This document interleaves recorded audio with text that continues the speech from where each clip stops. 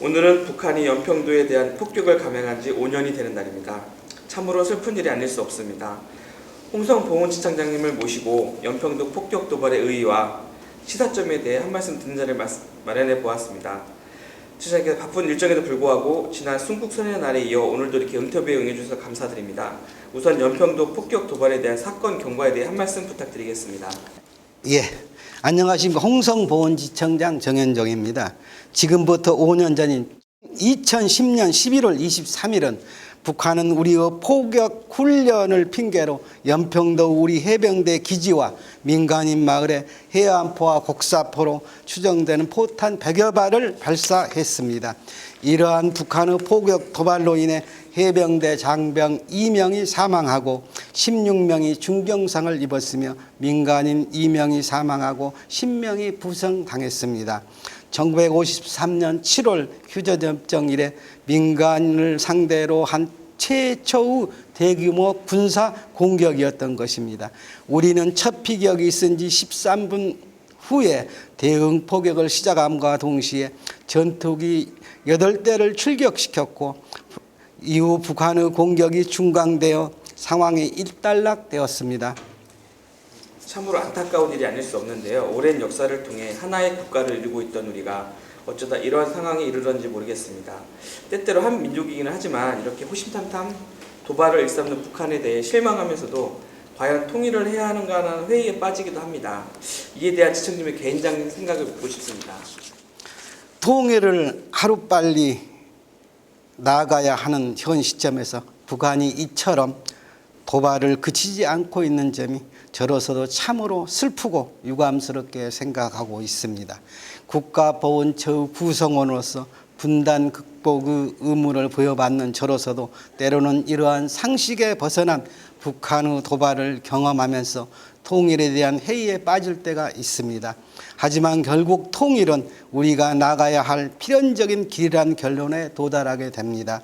우선 역사적인 배경이 있습니다. 통일 신라 시대부터 조선시대에 걸쳐 하나의 국가를 형성하고 있던 1200년도 넘는 기간에 비해 남과 북이 분단 상태로 있는 광복 70년의 기간은 상대적으로 아주 짧은 기간이 아닐 수 없습니다.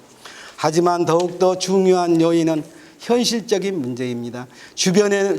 우리 주변에는 중국, 일본 등 강대국들이 존재하고 있습니다. 이러한 강대국들과 균형을 유지하면서 관계를 발전시켜 나가기 위해서는 그만한 국력을 갖추어야 하는 것이 지금까지 경험을 통해 알 수 있는 엄연한 국제사회 현실입니다. 그리고 그것은 우리와 북한이 다시는 한 나라로 되어야 어렵지 않게 달성할 수 있는 일입니다. 하지만 북한이 이렇게 계속 상식 외로 도발을 일삼는다면 어떤 현명한 대처 방법이 있을까요? 때로는 무조건 양보하고 그들의 궁핍한 생활을 지원해 주는 것이 북한을 자극하지 않는 현명한 방법이 될 수 있지 않을까요? 예, 저도 한때 그런 방향으로 생각을 해본 적이 있습니다. 하지만 지금까지의 북한의 행동을 종합해 본 결과 강력한 대응이 필요하다는 결론에 이르렀습니다. 우리가 강력한 국력과 호국정신이 없는 상태로 북한에 선처만 베푼다면 그들은 우리를 우습게 여기고 호시탐탐 도발 및 적화 통일 기회를 엿볼 것이면 지금까지의 북한의 행동을 미루어 볼 때 너무나도 명백합니다. 적화 통일이 된다면 남한이 어떠한 곳이 될지는 너무나도 명백하기 때문에 설명을 생략하겠습니다. 진정으로 살기 좋은 통일 한국을 달성하기 위해서는 국민의 자유와 권리가 보장되는 형태로 평화 통일이 되어야 할 것이고 이를 위해 우리는 평소에 강력한 국력을 키우고 때로는 상식을 벗어난 북한의 도발을 강력하게 응징할 필요가 있습니다. 국민들의 호국정신을 함양하기 위해 올해 홍성보훈지청이 한 일들에 대해서는 지난 순국 선의 날에 인터뷰를 통해 들어보았습니다. 그렇다면 이제 분단을 극복하고 통일을 달성하기 위해 올해 홍성보훈지에서 했던 일에 대해 한 말씀 부탁드리겠습니다. 예, 시간 관계상 대표적인 것 몇 가지만 말씀드리겠습니다. 우선 광복 70년, 분단 70년, 갈등과 분열을 넘어 미래로 통일로라는 분단 극복 슬로건을 신문 광고 시내버스 전광판 LED 홍보, 홍보탑 설치, 현수막 게시 등의 다양한 방법을 통해 전시 홍보하였습니다. 또한 공군 제20전투비행단 부대 개방 행사 시에 분단 극복 슬로건이 적힌 안내 책자와 볼펜을 행사 참석자들에게 배부한 바 있습니다. 또한 특별 기획으로 광천읍 홍남 동로에 위치한 국가유공자 주택 벽면에 광복의 기쁨, 전쟁의 아픔, 분단된 조국의 현실, 미래의 통일 한국 등의 내용을 담은 대형 벽화를 그려 완성한 바 있습니다.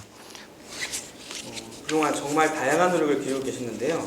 이제 인터뷰를 마감해야 할 때 된 것 같아서 마지막으로 인터뷰를 하시기 전에 한 말씀 부탁드리겠습니다. 예.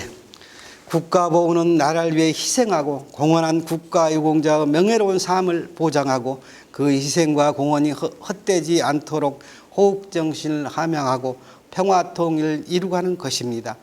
호국과 평화통일의 이 두 주제는 결코 상반되거나 모순되는 것이 아니고 오히려 비대 관계에 있다고 봐야 할 것입니다. 진정으로 나라를 지키려는 마음과 국력을 갖추고 있을 때 북한이 무력 적화 통일의 야욕을 포기할 것이며 국민들의 자유와 평화가 보장되는 국가 형태로 통일이 될 수 있을 것입니다. 따라서 우리는 평소 강력한 국력을 갖추기 위해 힘써야 하는 동시에 북한이 오랜 역사를 통하여 같은 민족이라는 사실을 항시 상기하면서 언제라도 포용할 수 있는 마음가짐을 갖춰야 할 것입니다. 시청자님 바쁜 일정에도 불구하고 이렇게 인터뷰에 응해주셔서 감사합니다. 그럼 이것으로 연평도 폭격 도발에 대한 인터뷰를 모두 마치도록 하겠습니다. 네, 감사합니다.